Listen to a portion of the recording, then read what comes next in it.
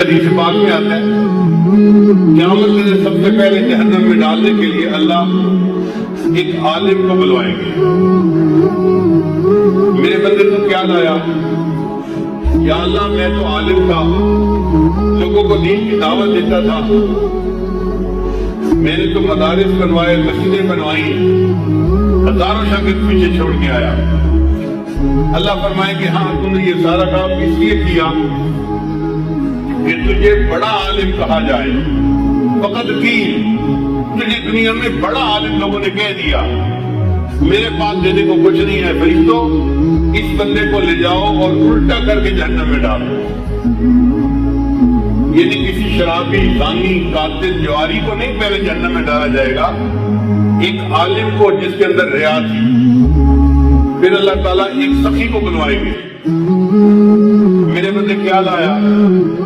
اللہ مجھے آپ نے دنیا میں بہت رزق دیا تھا، مال دیا تھا، میں غریبوں پہ خرچ کرتا تھا، میرے مسافر خانے بنوائے، میں نے کئی غریب بچیوں کی شادی اور رخصتی کے اندر ان کے ماں باپ کی مدد کی، تو میں نے تو بڑے خیر کے کام کیے.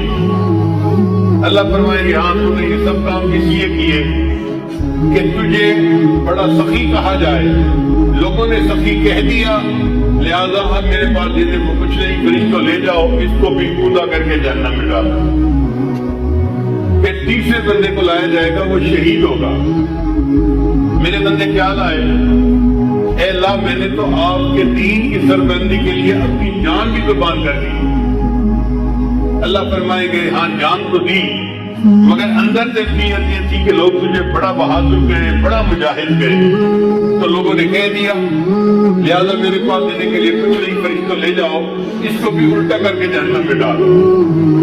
اب آپ سوچئے کہ جب اتنے علم کے باوجود بندہ جہنم میں جا رہے ہیں، اتنی سخاوت کے باوجود، شہادت جیسے عمل کے باوجود بندہ جہنم میں جا رہے ہیں، اس کا مطلب یہ کہ انسان جو اعمال کرتے ہیں ان کے اوپر بھروسہ نہ کرے. اللہ کو کون سا عمل پسند آئے یہ اللہ کو معلوم ہے. چنانچہ بہت ساری کتابوں میں ہم نے پڑھا کہ چھوٹے چھوٹے عملوں کی وجہ سے اللہ کو بندہ پسند آ گیا اور اللہ نے بخشش فرما دی.